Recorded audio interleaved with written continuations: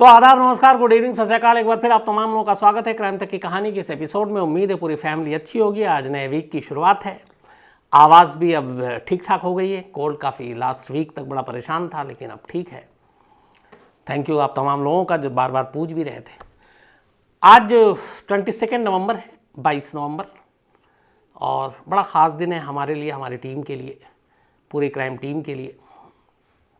उसकी वजह यह है कि एक पहला जो क्राइम का शो था आज तक पे, आज उसके 17 साल पूरे हो गए, 17 ईयर्स। देखते ही देखते पता भी नहीं चला। 22 नवंबर 2004, 22 नवंबर 2004 को वारदात की शुरुआत हुई थी। और मेरे लिए भी उस वक्त ये एक बड़ा चैलेंज भी था, और ये भी था कि पहला क्राइम शो था आज तक पे, और रात 11 बजे, और आज 17 साल हो गए। वही 11 बजे का वक्त है और वही वारदात है, और ये सिलसिला चल रहा है। कभी कभी सोचता हूँ 17 साल कैसे बीत गए, पता ही नहीं चला। इस दौरान में बहुत तरह की तमाम जुर्म की जो ख़बरें हैं, आप सोच सकते हैं, वो सारी चीज़ें देखी, कवर की, और एक लंबा सिलसिला चला। बहुत सारे लोग जुड़े, बहुत सारे लोग आज अलग अलग जगहों पे हैं। तो पूरी टीम भी आज याद आई, और इत्तेफाक से वारदात और एक और स्टार न्यूज़ तब हुआ करता था, अभी ABP है, सनसनी। तो ये दोनों, हम दोनों ने एक ही दिन शुरुआत की थी, 22 नवंबर 2004। सनसनी भी इसी दिन शुरू हुआ और वारदात भी। सनसनी भी आज 17 साल का हो गया, तो सनसनी की टीम को भी बहुत बहुत बधाई, और वारदात भी 17 साल का हो गया। तो दोनों ये क्राइम शो इस वक्त इकलौते क्राइम शो थे जब शुरू हुआ था। इससे पहले एक वीकली क्राइम शो शुरू हुआ था, जुर्म, और इत्तेफाक से स्टार न्यूज़ ABP उस वक्त रेड अलर्ट वहाँ शुरू हुआ था। हमारे साथ काम कर चुके थे तब, आज तक में फिर ABP चले गए। जितेंद्र दीक्षित, जीतू, वो रेड अलर्ट को होस्ट कर रहा था, और मैं यहाँ जुर्म को। तो बड़ा वो सारी चीज़ें कहीं इकट्ठे हुई हैं। 17 साल एक लंबा अरसा होता है। एक मेरा डायलॉग है कि जुर्म की उम्र नहीं होती, लेकिन वारदात 17 साल का हो गया आज। तो ये एक मौका था ख़ास, मैंने कहा कि आप क्राइम तक फैमिली के साथ शेयर करूँ। तो तमाम लोगों के इस प्यार के लिए, इस भरोसे के लिए शुक्रिया। कोशिश यही होती है कि जो खबरें हों वही दिखाऊं, और जो सच हो वो दिखाऊं। कई बार गलतियां भी की, बहुत सारी गलतियां हुई होंगी, और उन गलतियों के लिए माफ़ी भी मांगता हूं, और माफ़ी फिर से अगर किसी को लगा कभी कोई गलत किया हो तो उसके लिए माफ़ी भी चाहता हूं। पर कोशिश यही होती है कि जो खबर है वो दिखाऊँ। और हालांकि कई चीज़ें ऐसी भी हैं, TRP भी आपके ऊपर प्रेशर होता है, आपके नंबरिंग, आपके शोज़ कितना सही है, गलत है, फ्लॉप है, हिट है, सारी बातें होती। तो उन सारी चीज़ों में, उस प्रेशर में भी आपको काम करना पड़ता है। लेकिन काम है तो सभी करते हैं। तो ये तो रही वारदात की बात, 17 साल पूरे होने पे। अब आते हैं आज की कहानी के ऊपर। इसी क्राइम तक कहानी में मैंने आपको कई ठगों की कहानियाँ सुनाई। और हमारे यहाँ तो कहते हैं ठग आज़म एक ही शख्स को ये खिताब जाता है, और वो है नटवर लाल मिथिलेश कुमार, जो मैंने जिक्र भी किया, आपको कहानी भी सुनाई। मैं उनके घर तक गया, तो मिस्टर नटवर लाल, उनके गांव में उनको लोग प्यार से यही कहते हैं आज भी। नटवर लाल के बारे में किससे आपको पता होगा। लाल किला हो, राष्ट्रपति भवन हो, या फिर ताजमहल हो, पटना जंक्शन रेलवे स्टेशन हो, ये सारी चीज़ें उन्होंने बेच दी थी, उनके नाम पर है। ये सारी चीज़ें बिकी, और बड़े बड़े कारनामे किए नटवर लाल ने। पुलिस हिरासत से भी भागे, व्हील चेयर से उठकर। मुझे नटवर लाल की इन सारी कहानियों पे ही ऐसे ही बैठा हुआ सोच रहा था, और मुझे लगा कि हिंदुस्तान के नटवर लाल तो मिथिलेश कुमार है, दुनिया का नटवर लाल कौन है, दुनिया का सबसे बड़ा कॉमन ठग कौन कौन हो सकता है। तो मैंने बहुत पढ़ाई की, रिसर्च की इस बारे में। एक नाम सामने आया। अब उस नाम के बाद मुझे लगा कि वो कहानी आप तक पहुंचानी जा रही, कि इसलिए कि वो जो नाम सामने आया, कम से कम नटवर लाल का नाम मिथिलेश कुमार है। नटवर लाल या मिथिलेश कुमार जीरा दी जो देई है, बिहार में सिवान के पास, वहाँ पैदा हुए, वहाँ के रहने वाले। लेकिन आज जिस दुनिया के सबसे बड़े नटवर लाल की कहानी सुनाने जा रहा हूँ, उसकी खासियत ये है कि दुनिया के 5 ज़ुबान, 5 लैंग्वेज जानता है, और उसके 1-2 नाम नहीं है, 47 नाम है, 47 अलग अलग एजेंसियों ने, अलग अलग लोगों ने दिए। Charles Gromer, Albert Phillips, Robert George Wegener, इनर, विक्टर लस्टिन, ये सारे नाम हैं। लेकिन कोई भी दावे से ये नहीं कह सकता कि इन 47 में से उसका असली नाम कौन सा, या वो असली नाम इन 47 नामों की लिस्ट में है भी कि नहीं। चलिए, ये तो पहली चीज़। दूसरी चीज़, उसके बारे में ये कहा गया कि ये ऑस्ट्रिया हंगरी एक में जगह थी होस्टाइन, वहाँ 1890 में पैदा हुआ, 1890 में। अब ये चेक रिपब्लिक के तहत आता है, लेकिन जहाँ पैदा हुआ है इसके माँ बाप, उसके बारे में भी कोई रिकॉर्ड नहीं है कि वाकई वो वहाँ पैदा हुआ था। तो जिस शख्स के असली नाम तक को लेके भ्रम हो आज भी, जिस शख्स की पैदाइश कहाँ, उसकी फैमिली, उसकी पूरा जो कुंडली, वही नहीं पता हो और उसने जानबूझ के ऐसा किया, तो फिर ऐसे शख्स की कहानी सुननी बनती है। 47 नाम में से असली नाम भी आज भी एक अगर रहस्य और राज हो तो। खैर, FBI के रिकॉर्ड में, federal bureau of investigation, America की सबसे बड़ी जांच एजेंसी, जिसको सबसे ज़्यादा तंग किया इस शख्स ने, उसने इसका नाम रखा है विक्टर लस्टिन, बल्कि विक्टर लुस्टिन। तो इसी नाम से हम बात करेंगे इस ठग की, विक्टर के नाम पे। विक्टर चेक रिपब्लिक में पैदा हुआ, जो दस्तावेज कहते हैं, लेकिन इस पे कोई मुहर नहीं लगाता। उसके बाद धीरे धीरे ये बड़ा हुआ, बचपन से ही बेहद तेज़ दिमाग, 5 लैंग्वेज इसने ज़ुबानें सीखी, और इसे लगा कि दुनिया में कुछ पैसे कमाने के लिए अलग करना चाहिए। और ये लोगों से, इसको बातें करना बड़ा पसंद था बचपन से ही, बहुत बातूनी। और इन्हीं बातों के चक्कर में ये लोगों के मन में या उनके बारे में जो भी होता था ये जान लेता था कि ये आदमी किस टाइप का, क्या सोचता है, इसके शौक़ क्या है, और ये उसके बड़े काम आता था, उसके पेशे के। ख़ासतौर पर इकोनॉमी की बहुत बात किया करता था ये। और इसने जिस तरीके से आगे चल के अपने कारनामे को अंजाम दिया, उसकी शुरुआत एक चीज़ से की। ये सबसे पहले इसने नकली नोट, बल्कि नकली भी नहीं, उसको असली नोट की एक मशीन ईजाद करने का दावा किया कि एक उसके पास ऐसी मशीन है जिससे करेंसी छपती है, ओरिजिनल। और ये उसने अफवाह फैलाई, और उसमें यह था कि एक मनी बॉक्स के टाइप पे उसको नाम दिया। वो एक टिन का डब्बा था, उस टिन के डब्बे के अंदर कुछ ये केमिकल और बाकी चीज़ें करता, लोगों को दिखाता और कहता कि इसमें आप $100 का ओरिजिनल आप करेंसी डालें और थोड़ी देर के बाद आपको डबल निकलेगा उसमें से, और डबल निकलता। बट ये बताता कि इस मशीन की खासियत ये है कि इसमें फटाफट नोट नहीं निकलता। एक बार इस मशीन में करने में कम से कम 6 घंटे लगते हैं, एक को डबल करके और फिर दूसरे को डबल करने के बीच में, क्योंकि वो केमिकल प्रोसेस और बाकी यही लोगों को समझाता। अब इसके काम करने का तरीका क्या था? ये पानी के जहाज़ पे सफ़र करता, उस वक्त ज़्यादातर ट्रैवल के लिए ये ज़्यादा कारगर था। तो एक जगह से दूसरे जगह जाने के लिए बड़े बड़े शिप पे ये बैठता और वहाँ अपने आप को ये अमीरों में शुमार करता, बताता मैं बेहद अमीर हूँ, बिजनेस है मेरा लंबा चौड़ा, और फिर उनसे लंबी लंबी बातें करता, इकोनॉमी के बारे में, बाकी चीज़ों के बारे में। और फिर मौका मिलते ही उनको बताता कि उसके पास नोट छापने वाली एक मशीन है, और बाकायदा वो उनको डेमो देता, कहता कि आप इसमें $100 डालिए, ये डबल होके निकलेगा, ये छप कर निकलता है इसमें से।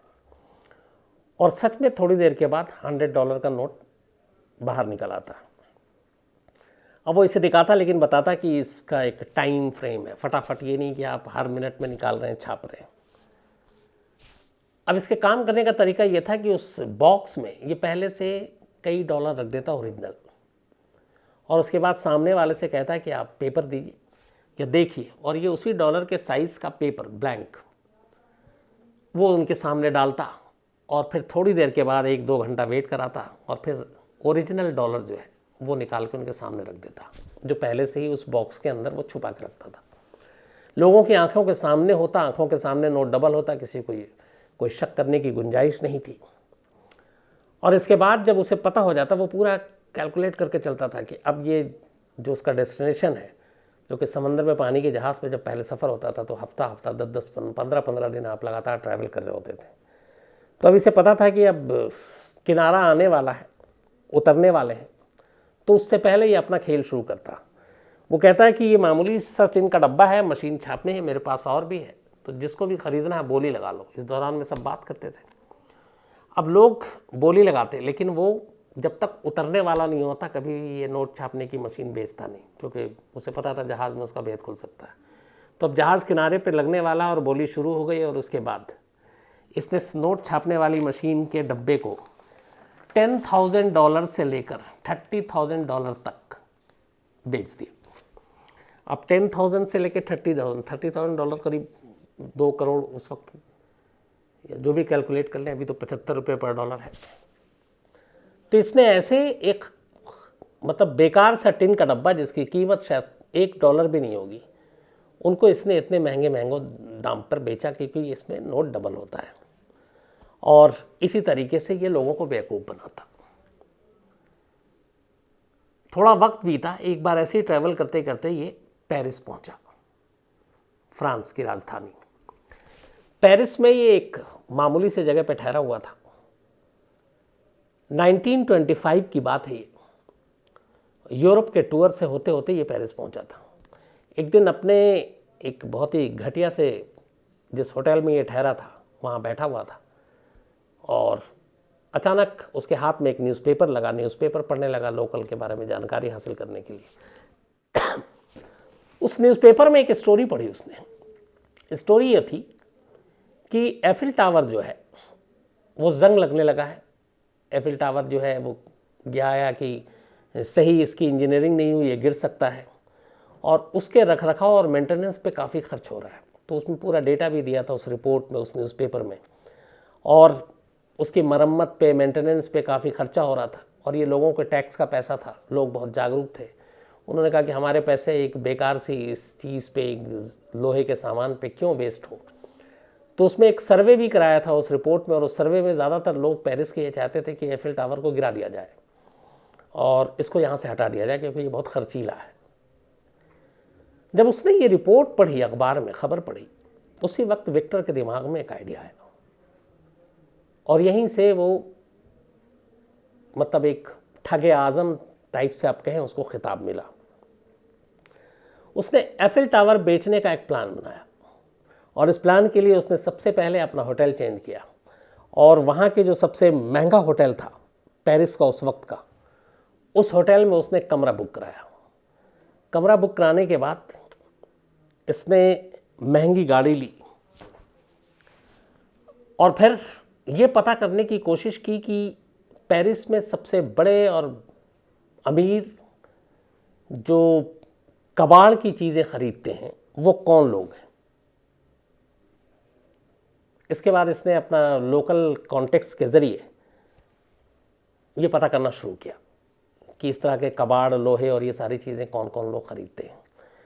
उसने एक लिस्ट बनाई, फिर ऐसे लोगों की लिस्ट बनाने के बाद ये जो होटल डी क्रिलॉन, इसमें ये ठहरा था, काफ़ी महंगा ये होटल था, और फिर उसने स्क्रैप डीलर, यानी जो कबाड़ बेचते हैं उनको स्क्रैप डीलर, उन सब की लिस्ट बनाने के बाद उन सबको एक इनविटेशन भेजा और कहा कि जो फ्रांस की गवर्नमेंट है उसका एक मिनिस्टर आप लोगों के साथ एक मीटिंग करना चाहता है इस होटल में इतने बजे इतने तारीख को।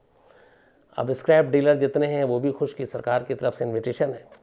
सारे लोग तय तारीख पर बताए हुए जगह पे पहुंच गए। वहाँ जाने के बाद विक्टर उनके सामने पेश होता है। अपने आप को वो टेलीग्राफ एंड पोस्ट डिपार्टमेंट का मिनिस्टर बताता है फ्रांस का, और फिर उनके सामने वो कहानी रखता है। कहता हमारी गवर्नमेंट लोगों की राय से एग्री करती है, हमारे लिए एफिल टावर बहुत खर्चीला हो रहा है, इसका मेंटेनेंस बड़ा महंगा है और ये गिर भी सकता है, इंजीनियरिंग इसकी ठीक नहीं है। तो गवर्नमेंट ने डिसाइड किया है कि एफिल टावर को हम गिराएंगे, और इसके गिराने के बाद अराउंड 7,000 टन लोहा लगा हुआ है इस एफिल टावर में, 7,000 टन। तो बोला कि उसके लिए बोली लगानी है, तो आप में से जो भी बोली लगा सकता है, आप जिसकी बोली सबसे ज़्यादा होगी उसे ये पूरा एफिल टावर का ये 7,000 टन लोहा स्क्रैप में दे दिया जाएगा। अब यहाँ करने के बाद उसकी नज़र विक्टर की ये थी कि इन सारे स्क्रैप डीलर में से सबसे ज़्यादा सीरियस और सबसे ज़्यादा ईजी शिकार कौन बन सकता है। तो वो बात भी कर रहा है, लोगों की बात भी सुन रहा है, और फिर वो उनके ऊपर नज़रें भी गड़ाया हुआ है कि इनमें सबसे ईजी शिकार कौन हो सकता है। इत्तेफाक से उसने थोड़ी देर के बाद देखा एक एंड्रे पॉइजन नाम का शख्स था, और जब हर एक ने अपना इंट्रोडक्शन दिया तो पता चला कि वो पेरिस में हाल ही में आया, इससे पहले वो किसी और फ्रांस के किसी और पार्ट में रहता था। विक्टर को लगा कि ये बेहतर टारगेट है उसके लिए, क्योंकि एक तो पेरिस से अनजान है, भी आया है, यहाँ की पॉलिटिक्स, यहाँ की गवर्नमेंट, इन सब चीज़ों के बारे में पता नहीं है। फिर उसने उससे बातचीत शुरू की। इसके बाद उसने एक लेमोजिन किराए पे ली और अलग अलग खेप में उसने कहा कि आपको चलो एफिल टावर के हम दौरा करके लाते हैं, और ये ऐसे गिरना है और कैसे गिराना है और कैसे स्क्रैप लेना है। तो सारे जो स्क्रैप डीलर थे जिनको उसने शॉर्टलिस्ट किया, उनको बाकायदा एक एक करके वो वहाँ तक ले गया, एफिल टावर के चक्कर कटवाए, दिखाया, सरकार के आइडियाज़ बताए, फिर वापस होटल में लाया। इसके बाद सभी अपने अपने जो बिट थी वो लगा के चले गए। अब बचता है ये पॉइजन जो बाहर से आया था, इसको रोक लिया विक्टर ने। फिर उसने कहा कि इस बिट को हमारे नाम करने के लिए आप हमारी कुछ हेल्प कीजिए। विक्टर ने कहा कि देखो, मैं सरकार में मिनिस्टर ज़रूर हूँ, लेकिन सैलरी बड़ी कम है, और अगर तुम हमारी कुछ जेब भर दो तो हम तुम्हें बता कर सकते हैं। उसने उस वक्त उसको $20,000 रिश्वत के दिए कि ठीक है, तो ये हमारी मदद करेगा, प्लस $50,000 उसने कहा कि अगर तुम ये बता दो कि मिनिमम बिट कितने की आएगी और मैक्सिमम, तो उस हिसाब से मेरे ही नाम पे बोली खुले। तो $70,000 पॉइजन ने विक्टर को रिश्वत दे दी इस एफिल टावर के कबाड़ को ख़रीदने के लिए, ताकि उसी के नाम पे बोली लगे। 70,000 लेने के 5 घंटे के अंदर अंदर होटल खाली कर विक्टर वहाँ से ऑस्ट्रिया भाग जाता है। ऑस्ट्रिया जाने के बाद अब वो अगले दिन का अखबार का इंतज़ार कर रहा होता है कि फ्रांस या पेरिस की कोई ख़बर आए, क्योंकि इतना बड़ा उसने एक ठगा है। एफिल टावर को गिराकर उसके कबाड़ को बेचने के लिए 70,000 उसने ऑलरेडी ले लिया है। तो उसे पूरी उम्मीद थी कि पेरिस और फ्रांस के ज़्यादातर अखबार के पहले पन्ने पे ये खबर छपेगी, लेकिन उसे हैरत हुई, अगले 2-3-4 दिन तक किसी भी न्यूज़पेपर में ये स्टोरी ही नहीं थी। उसे लगा ये कैसे, फिर उसको दिमाग लगा और उसने कहा कि शायद पॉइजन नहीं चाहता होगा कि वो बदनाम और बेइज्जत हो, लोग उस पर हंसें कि एफिल टावर जैसी चीज़ों के लिए भी तुमने रिश्वत दे दी कि कबाड़ में बिकेगा, तुमने सोचा कैसे। तो उसे अपनी बेवकूफ़ी, अपने लुटने का एहसास हो गया, और ये बात सच था। पॉइजन ने बाद में बताया कि शर्म के मारे उसने रिपोर्ट नहीं की, और यही वजह है कि किसी को दुनिया को पता नहीं चला और ये अखबार में ख़बर नहीं आई। तो जब 3-4 दिन के बाद यकीन हो गया कि ये खबर नहीं आएगी, विक्टर ने फिर हौसला दिखाया। वो वापस पेरिस जाता है, कहता है एक बार बेच चुका है, एक बार और एफिल टावर बेचता हूँ। दोबारा पहुँचता है और दोबारा वो अब नए होटल में रहकर इसी तरीके से नए शिकार को तलाशता है, उनके साथ मीटिंग करता है, कुछ पैसे भी ले लेता है एडवांस। लेकिन इसी में से एक स्क्रैप डीलर को कुछ डाउट हो जाता है और वो पुलिस को इन्फॉर्म कर देता है, लेकिन पुलिस इससे पहले कि पहुंचती विक्टर वहाँ से निकल लेता है, और फिर वो वहाँ से भागकर सीधे अमेरिका पहुँच जाता है। अमेरिका पहुँचने के बाद वो फिर अपने पुराने धंधे पर लौट आता है, उसी नोट बनाने वाली मशीन पर, और वहाँ लोगों को इसी तरीके से बेवकूफ़ बनाता है। लेकिन उसका फिर से सुर्खियों में, और FBI तब पीछे पड़ती है जब एक टेक्सास के पुलिस अफसर को वो ये नोट बनाने की मशीन देता है, और उसके बदले में उससे करीब $1.25 $1.23 है एग्जैक्ट, वो उस बक्से के लिए उससे ले लेता है। इतना ही नहीं, फिर शिकागो के एक बिजनेसमैन से भी वो इसी तरीके से इस डॉलर के नाम पर कि ये मशीनें हैं, नोट छपते हैं, इससे डबल होता है, ले लेता है। इस बीच में अमेरिका में उसे अब एक खतरा ये हुआ कि पुलिस पकड़ सकती है, या कुछ लोग जिनको उसने ठगा है उनको पता चल गया तो वो उसे मारेंगे। उसे लगा कि उसे कौन शेल्टर दे सकता है, कौन पनाह दे सकता है।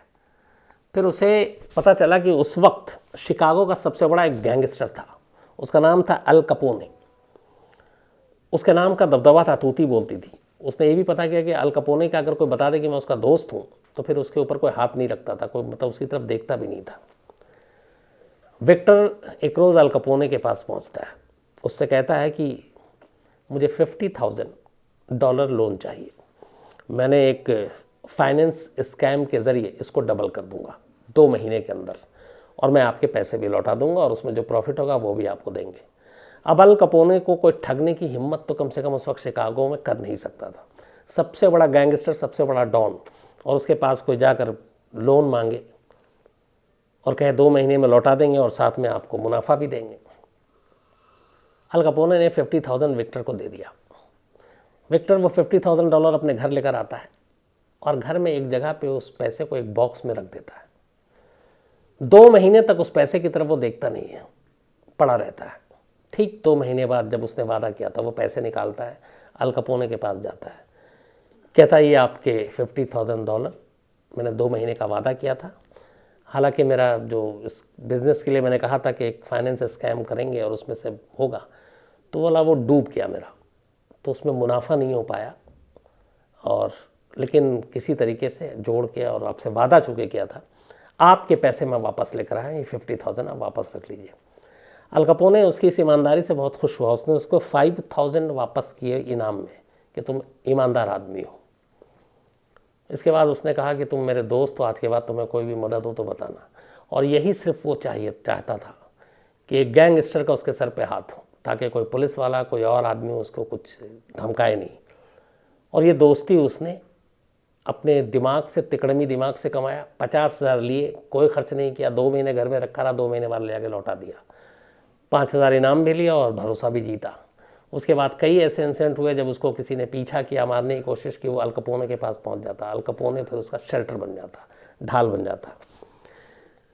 वहाँ पे एक वक्त ऐसा आया कि इसने फिर दिमाग में ये था कि जो मशीनें हैं नोट छापने की, ये तो इसने बहुत बेचे।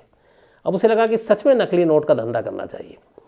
फिर इसकी एक शख्स से मुलाकात होती है और उस शख्स के ज़रिए ये नकली नोट के धंधे में लग जाता है और उसके ज़रिए फिर नकली नोट छापता है। और कोरियर कंपनी में कुछ लोगों से मिलकर और अपने दिमाग से वो नकली नोट बाकायदा कोरियर के ज़रिए अमेरिका के अलग अलग शहरों में भेज देता है। इत्तेफाक से कुछ बैंक वालों की नज़र पड़ती है, नकली नोट पकड़ में आ जाता है, मामला FBI तक जाता है। FBI जो है अब इसके पीछे पड़ जाती है, लेकिन नाम पता नहीं, हुलिया पता नहीं। और FBI के लोग इसके पीछे तब से हैं जब से इसने पुलिस वाले को लेकर बाकी सबको चूना लगाया।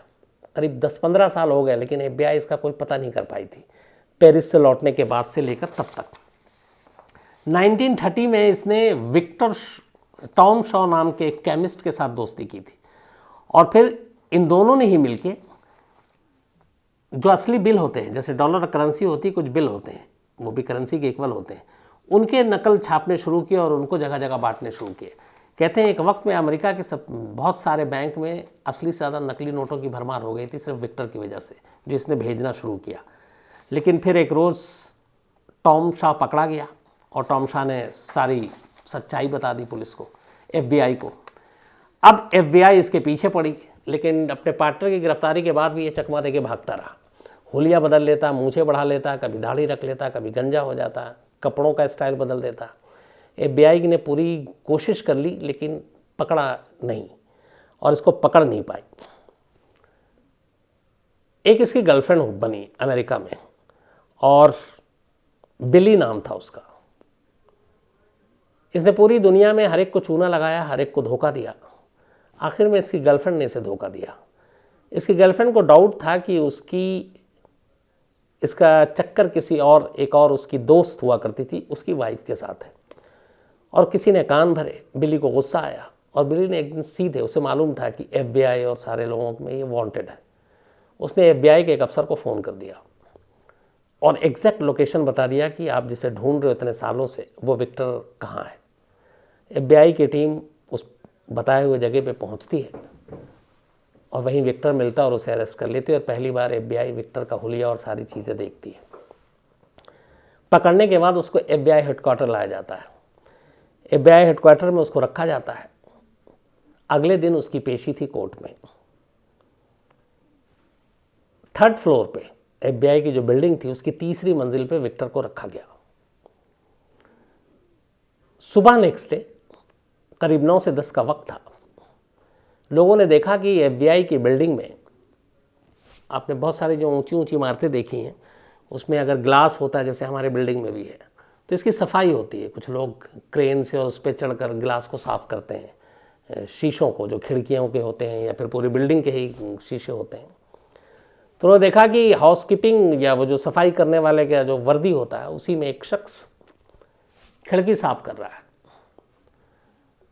सैकड़ों की भीड़ थी, सड़क पे लोग आ रहे हैं जा रहे हैं। एफबीआई की बिल्डिंग इतनी बड़ी थी, एफबीआई की बिल्डिंग के सैकड़ों कर्मचारी थे।